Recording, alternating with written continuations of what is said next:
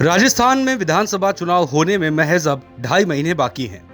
चुनावों की नजदीकी देख सियासी पार्टियां रणनीति तैयार करने में जुट गई हैं। सूबे के मुख्य विपक्षी पार्टी बीजेपी भी आगामी चुनाव को लेकर खास प्लान तैयार कर रही है। खबर है कि पार्टी शेखावटी रीजन में मुस्लिम मतों के ध्रुवीकरण को रोकने के लिए विशेष रणनीति बना रही है, जिसके तहत वो अपनी विचारधारा के करीब समझे जाने वाले कई मुस्लिम नेताओं को चुनावी मैदान में उतार सकती है।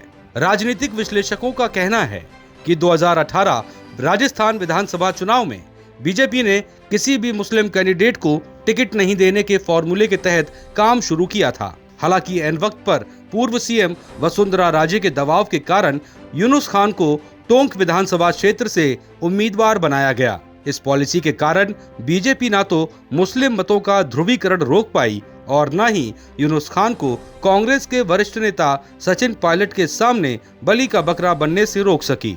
अंत में नतीजा ये हुआ कि इसका खामियाजा पार्टी को भुगतना पड़ा। पिछले चुनाव में हार के बाद बीजेपी एहसास समझने लगी कि इसकी प्रमुख वजह मुस्लिम मतों को बेहतर तरीके से न साधना रहा है। ऐसे में बीजेपी हाईकमान इस बार मुस्लिम मतों के ध्रुवीकरण को रोकने को लेकर गंभीरता से प्लान बना रही है।